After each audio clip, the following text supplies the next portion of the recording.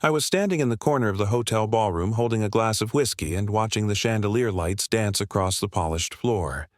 The charity gala was in full swing around me. I'd come in jeans and a blazer while everyone else wore tuxedos and evening gowns. Across the room, I saw her, Sarah, my ex-wife. She looked radiant in an emerald dress, laughing at something the man beside her said. Her new husband, Brad. 3 years had passed since our divorce, and seeing them together sent a small pang through my chest, but mostly I felt at peace. Then his voice cut through the ambient noise, loud and arrogant. He was holding court with 3 colleagues, all of them laughing. I recognized their faces vaguely.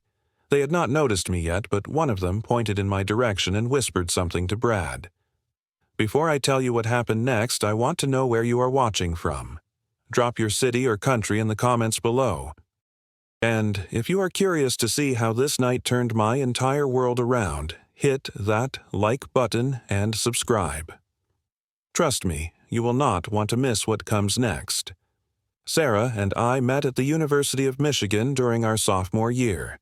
We were both business majors sitting in the same economics lecture hall.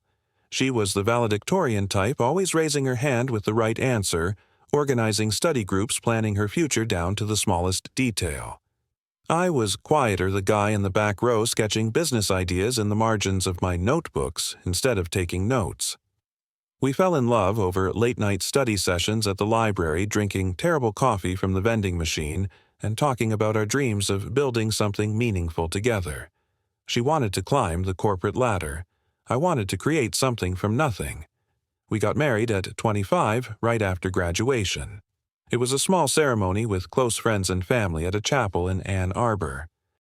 We moved into a tiny apartment in Detroit, barely big enough for our second-hand furniture and boxes of textbooks we could not bring ourselves to sell.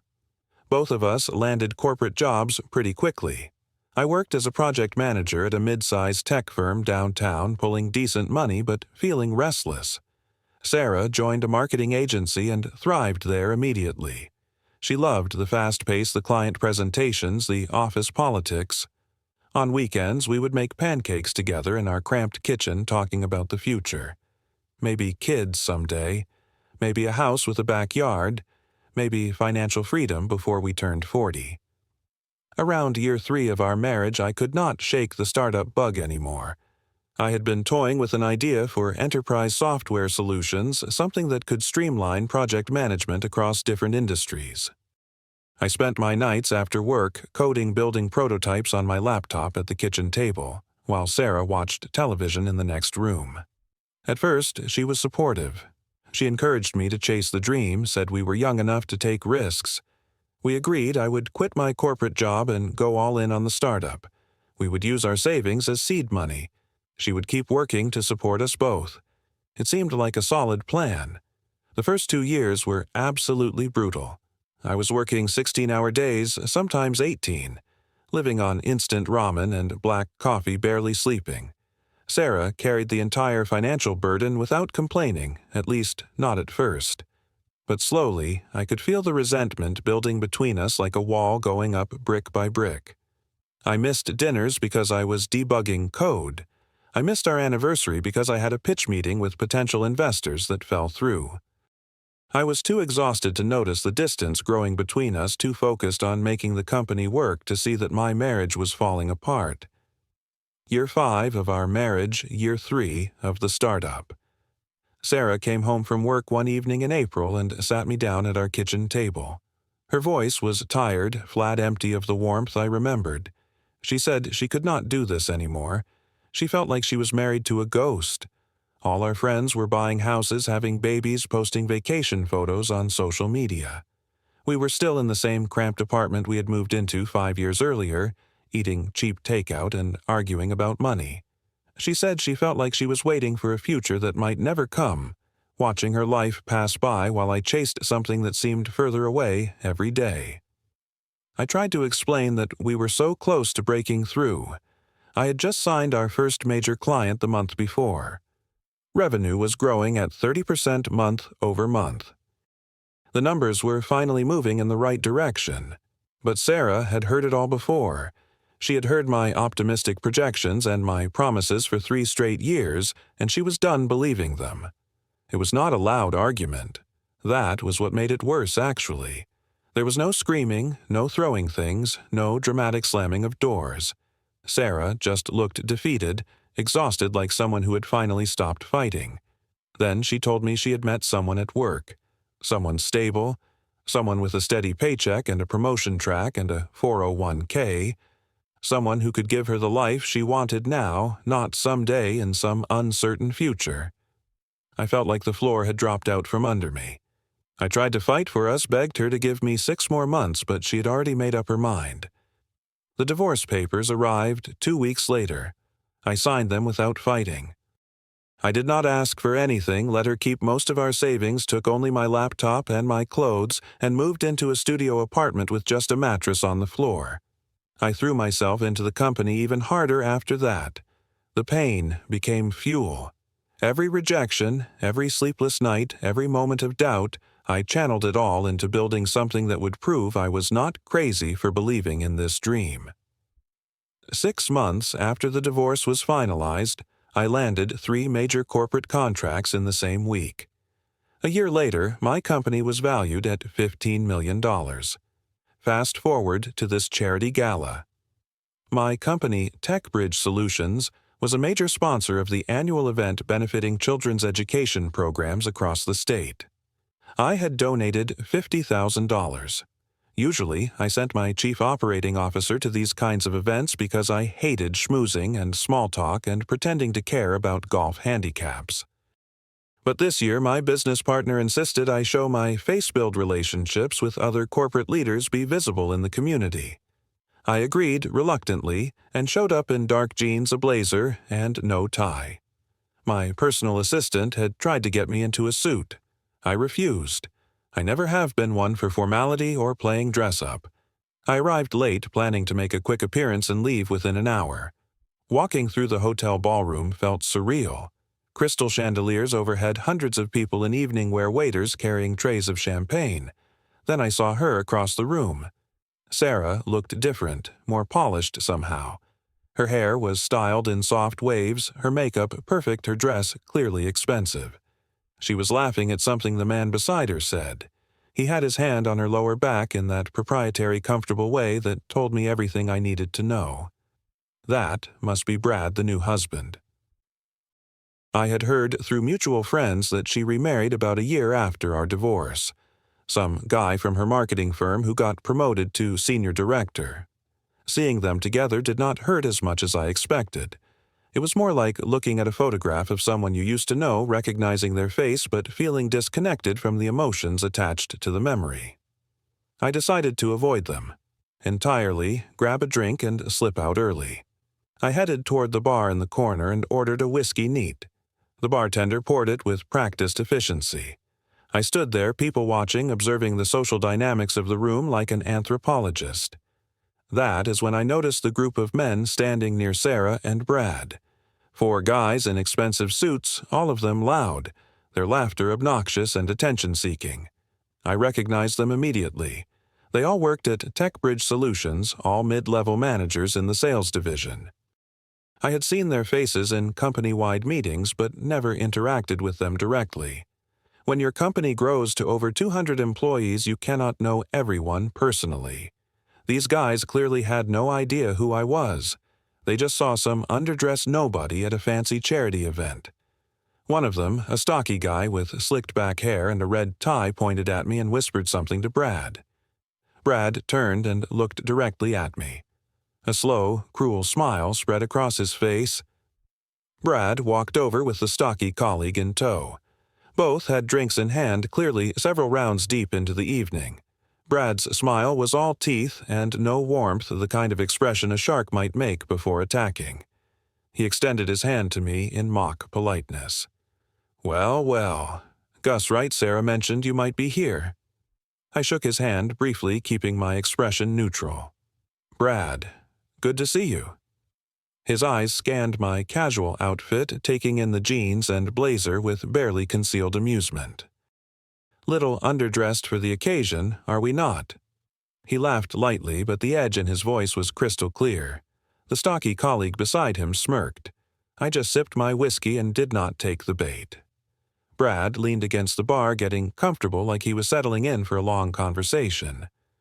"So, what brings you here, man? Supporting the cause, or what?" His tone implied he did not think I could afford the ticket price, which started at $500.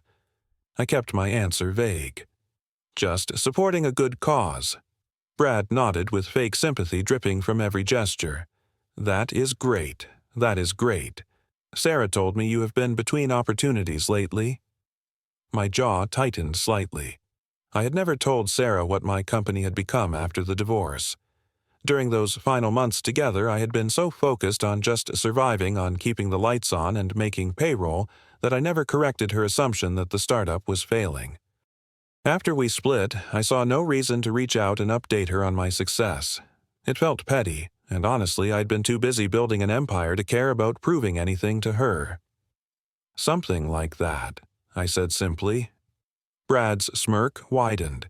He waved to the other 3 colleagues standing nearby. "Guys, come here. You've got to meet someone." They wandered over, curious, all of them holding champagne flutes. Brad introduced them with exaggerated formality. "This is Gus, Sarah's ex-husband." There was an awkward moment of silence as they processed this information. Then Brad continued with that same condescending tone. "He is currently exploring his options in the job market." The way he said it made my unemployment sound like a character flaw, a personal failure. One of the guys, tall with wire-rimmed glasses and a purple tie, raised his eyebrows in exaggerated sympathy. "Oh, rough economy, man. Really tough out there." Fake sympathy radiated from all of them. I could see them enjoying the chance to feel superior to someone they perceived as beneath them. Sarah appeared at Brad's side looking uncomfortable. She had clearly heard the conversation from a distance and came over to intervene. "Brad, let us go find our table. Dinner is starting soon." But Brad was on a roll, enjoying himself too much to stop. He put his arm around her waist possessively. "Baby, I was just catching up with Gus here." He turned back to me, pulling out his phone and scrolling through something. "You know, if you are looking for work, I might be able to help you out." He made a show of looking thoughtful. "We have got some entry-level positions opening up at my company. Information technology support, maybe receptionist work. I could put in a good word." The guys around him chuckled. Sarah's face went bright red and she looked at the floor, clearly embarrassed but not stopping him. That stung more than anything Brad said. The fact that she was standing there allowing him to humiliate me hurt worse than the divorce itself. The stocky colleague jumped in, emboldened by Brad's example. "Man, you should have gotten into tech when it was hot. That is where all the money is now." He started bragging about his stock portfolio, how he had made $40,000 last year on company shares alone. The others joined in immediately, competing with their own success stories, like peacocks displaying their feathers. The guy with wire-rimmed glasses talked about his new Audi, going into detail about the leather interior and the sound system. Another one mentioned his timeshare at a lake house up north, how he spent weekends there with his family.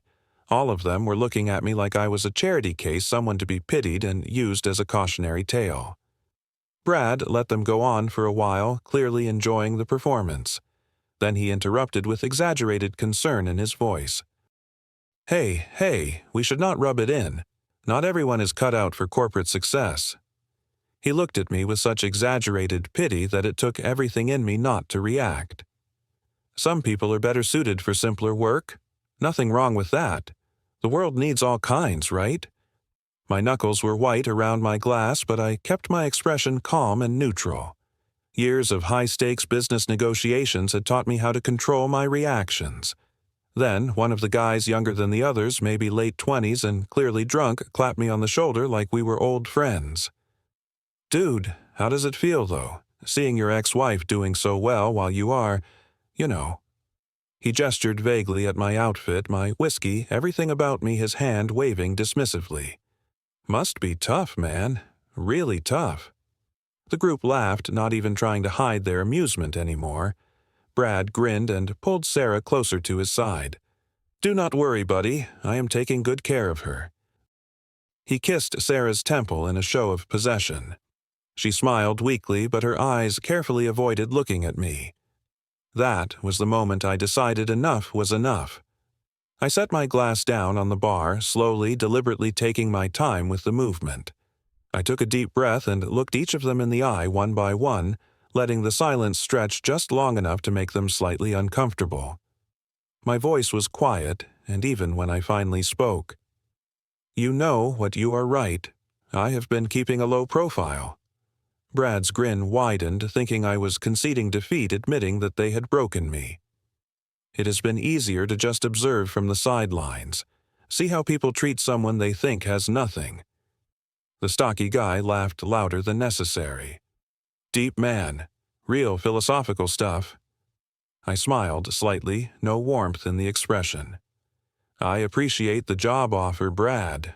Really generous of you. But I think I am good where I am." Brad scoffed, his confidence growing. "Where is that exactly, the unemployment line?" More laughter from the group, louder this time, feeding off each other's cruelty. I pulled out my phone casually, like I was checking the time. "Actually, I should probably get going. Early meeting tomorrow." The guy with wire-rimmed glasses jumped in. "On a Sunday, that is rough, man." I nodded, keeping my tone conversational. "Yeah, quarterly review with the board of directors. Takes up the whole morning, usually." I said it so naturally, so offhandedly, that none of them caught the implication. They were too drunk, too self-absorbed, too convinced of their own superiority to process what I had just said. Brad just waved dismissively. "Well, good luck with that, buddy. Hope it works out for you." He turned back to his colleagues, already forgetting about me. "We should grab our seats. Dinner's about to start, and I am starving." Sarah lingered for just a moment, looking like she wanted to say something to me. Her mouth opened slightly, then closed again. But Brad called her name impatiently, and she followed him without a word. I watched them walk away toward their table near the front of the ballroom. Then I pulled up my email application and typed a quick message to my human resources director. "Need you to pull employment files for 4 individuals. We'll send names shortly. Prepare performance reviews and documentation for potential termination. Monday morning priority." I stayed at the gala another hour, nursing another whiskey and observing from a distance. I did not approach them again, but I watched. Brad held court at their table, loud and boisterous, his voice carrying across the room even during the speeches. His colleagues laughed at every joke he made, playing their roles perfectly. Sarah smiled throughout dinner, but the expression never quite reached her eyes. I saw her glance in my direction twice. Both times she quickly looked away when our eyes met. I remembered the woman I had married. Kind, thoughtful, driven by genuine passion for her work. This version of her seemed smaller, somehow dimmed by Brad's overwhelming presence, like a light slowly fading under a bushel. Around 9 o'clock, I slipped out of the ballroom without saying goodbye to anyone. I drove home to my downtown loft, a spacious place with minimal furniture and floor-to-ceiling windows overlooking the city lights. I poured myself another whiskey and sat in the dark, thinking about the evening. Tomorrow was going to be very interesting. Monday morning arrived with clear skies. I pulled into my reserved parking spot at TechBridge Solutions headquarters at 7 o'clock sharp. The building was a modern glass structure, 12 stories tall, with our company logo prominent on the facade. I rode the elevator to the top floor, where the executive suite occupied the entire level. My corner office had windows on 2 walls with views of the river cutting through downtown. My assistant, Marcus, was already at his desk outside my office with a cup of coffee waiting for me. He was efficient like that, always 3 steps ahead. "Morning, boss. Human Resources sent over those files you requested." A thick folder sat on my desk. I opened it and spread the contents across the polished wood surface. 4 employee files stared back at me. Brad Thompson, Kevin Marsh, Dale Patterson, Justin Torres. All of them worked in the sales division as mid-level managers. I opened Brad's file first, senior sales director with 5 years at the company. He had actually started before my company acquired his previous firm in a merger 2 years ago. His performance numbers were decent, nothing spectacular, but solid enough. What caught my attention were the multiple human resources complaints attached to his record. 8 formal complaints in 2 years about his management style. Words like aggressive, intimidating, and hostile work environment appeared repeatedly in the documentation. Kevin Marsh's file was next. The stocky guy with the slicked-back hair. Account manager reporting directly to Brad. His performance was average, but there were 2 written warnings for expense report irregularities. $10,000 in questionable reimbursements over the past year. Luxury dinners charged to clients who later denied attending. Hotel stays that did not align with any business trips on record. Dale Patterson, the guy with wire-rimmed glasses. Another account manager under Brad. His file showed mediocre performance barely hitting his quarterly quotas skating by on the minimum acceptable numbers. Nothing egregious, but nothing impressive either. Justin Torres was the youngest of the group. His file revealed something interesting. He was hired 18 months ago as a favor. Brad's wife had a cousin who needed a job, and Brad pushed hard to bring him on board despite his lack of experience. Justin's performance was significantly below standard, missing his targets by 30% or more every single quarter. I read through every page, carefully taking notes. This was not about revenge. This was about running a company, properly maintaining standards, protecting the culture I had worked so hard to build. I called my Chief Operating Officer Patricia and my Human Resources Director James into my office at 8 o'clock. They both arrived, promptly sensing from my tone that this was serious. I explained the situation from the charity gala without embellishing or adding emotion to the facts. Patricia's eyes widened when I got to the part about Brad. "Brad Thompson is married to your ex-wife. I had no idea." I nodded. Neither did I until Saturday night. James reviewed the files I had spread across my desk, his expression growing more serious as he read. "We have legitimate grounds for termination on 3 of them minimum. Brad's human resources issues alone are enough. Kevin's expense fraud is clear-cut. Justin's performance record speaks for itself." "And Dale?" I asked. James flipped through Dale's file again. "Borderline case. We could restructure his role, move him to a different department, put him on a performance improvement plan. Give him a chance to turn things around under different management." I thought about it for a moment, tapping my pen against the desk. "Let us do this completely by the book. I want everything documented legal airtight. No room for wrongful termination claims. No shortcuts." Patricia nodded approvingly. "I will work with James to prepare everything. When do you want to move on this?" "Tomorrow morning," I said. "Set up a meeting for 10 o'clock. Conference room on this floor. All 4 of them together." James hesitated. "Are you sure you want to do them all at once? It is a bit unusual." "I am sure," I said. "They came at me as a pack. They can face the consequences as a pack." Tuesday morning, at exactly 10 o'clock, I sat at the head of the conference table in our largest meeting room. Patricia sat on my right, James on my left. Our legal counsel Amanda sat in the corner with her laptop open, recording everything for documentation purposes. Marcus had sent the calendar invites Monday afternoon with a vague subject line: "Quarterly Performance Review with Executive Leadership Team." Brad had responded within minutes, his reply enthusiastic and confident. He probably thought this was about a promotion, a chance to impress the higher-ups. The other 3 followed his lead and accepted the meeting. At 10 o'clock sharp, the 4 of them walked in together. They were laughing about something, holding coffee cups from the break room downstairs. Brad led the way with that same confident stride I had seen at the gala. Then they saw me sitting at the head of the table, and everything stopped. All 4 of them froze in the doorway. Confusion rippled across their faces like a wave. Brad's smile faltered and disappeared. "Gus, what are you doing here?" I gestured calmly to the empty chairs across from me. "Please, gentlemen, sit down." My voice was professional cool, giving nothing away. They sat slowly, exchanging nervous glances with each other. Kevin whispered something to Dale that I could not hear. I let the silence hang in the air for a long moment, watching them squirm.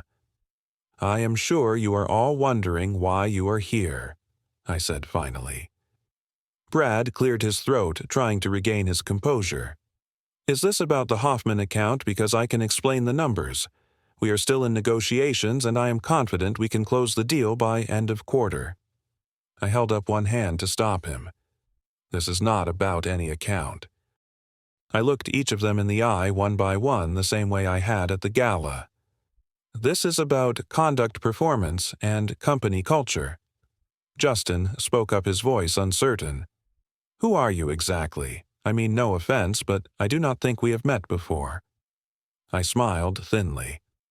"I am Augustus Mitchell, founder and chief executive officer of TechBridge Solutions. I built this company from nothing 8 years ago in a studio apartment with a laptop and a dream." The color drained from Brad's face instantly. Kevin's mouth fell open. Dale just stared at me like I had spoken in a foreign language. Justin looked around at the others, trying to figure out what he had missed.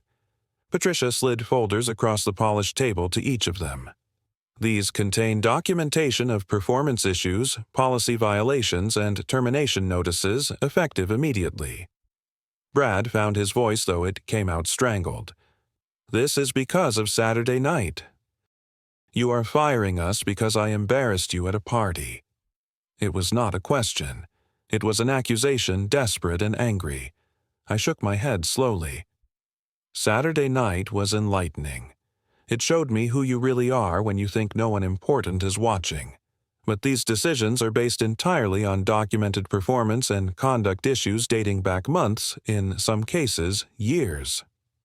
James walked through each case methodically, his voice calm and factual. Kevin's expense fraud. $10,000 in questionable reimbursements that our accounting department had flagged. Luxury meals and hotel stays that could not be verified. Justin's performance record. 30% below quota for 6 consecutive quarters despite multiple warnings and coaching sessions. Brad's human resources complaints. 8 formal complaints about creating a hostile work environment. Employees afraid to speak up in meetings. Subordinates requesting transfers to other departments specifically to get away from his management style. As for Dale, James continued looking at the man with wire-rimmed glasses. "Your performance has been borderline acceptable, but not meeting the standards we expect. However, we are offering you an alternative. You can accept a lateral transfer to a different department with a 90-day performance improvement plan, or you can take a severance package and leave today." Dale looked genuinely surprised, maybe even relieved. "I will take the transfer," he said quietly. "I have been miserable in sales anyway. I never wanted this job. Brad pushed me into it." Brad turned on him with fury in his eyes. "You backstabbing piece of—" "Enough," I said sharply, and Brad fell silent. "Security will escort you from the building within the hour. You will have access to your personal belongings under supervision. All company property, including laptops and phones, stays here. Any questions?" Kevin left quietly, his face red with shame. Justin looked confused until the very end, like he still did not understand what had just happened. Dale shook James's hand and thanked him for the second chance. Brad tried to argue, threatened legal action, said his lawyer would hear about this. Amanda, our legal counsel, calmly explained that every termination was documented with cause and completely defensible. She had prepared for exactly this reaction. I watched from my office window as security escorted them out of the building. Brad walked to his car in the parking garage with his shoulders hunched. I felt no satisfaction watching him leave, no triumph or vindication. Just a quiet sense that I had done what needed to be done to protect my company and the culture I had built. That evening, my phone rang with a number I had not seen in 3 years. Sarah. I almost did not answer, but curiosity won out. "Gus, please." Her voice was shaking, barely controlled. "Brad is devastated. He came home and just sat in the garage for 2 hours. Can we talk? Please." I listened calmly while she explained. Brad had rent to pay, bills stacking up, his ego shattered completely. She asked if I had done this for revenge, if humiliating her husband was my way of getting back at her for the divorce. My response was simple and honest. I did this because they violated company policies. The terminations would have happened regardless of Saturday night.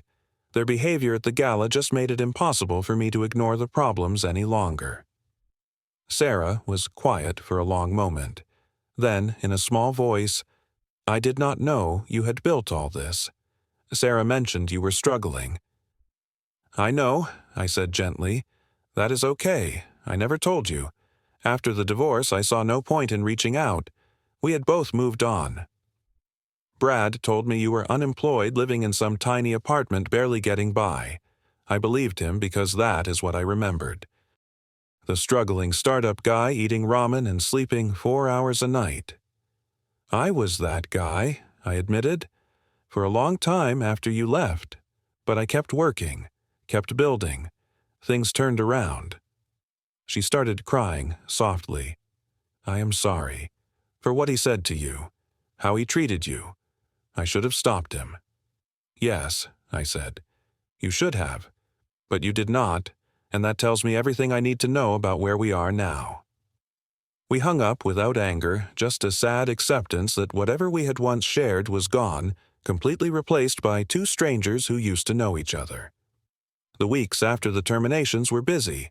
I threw myself into work again, but differently this time.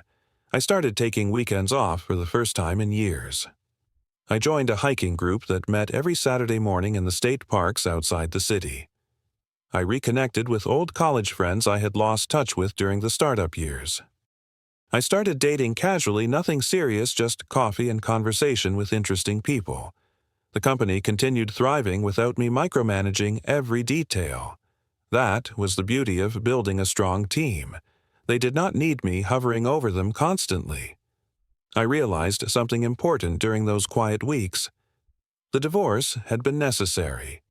Sarah and I had grown into different people with incompatible dreams. There were no villains in our story, just two people who wanted different things from life. She wanted stability and security.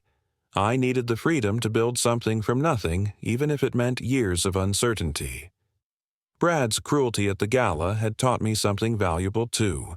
How you treat people when you think they have nothing reveals everything about your character. Those four men looked at someone they perceived as beneath them and chose mockery instead of kindness. That said more about them than it ever could about me.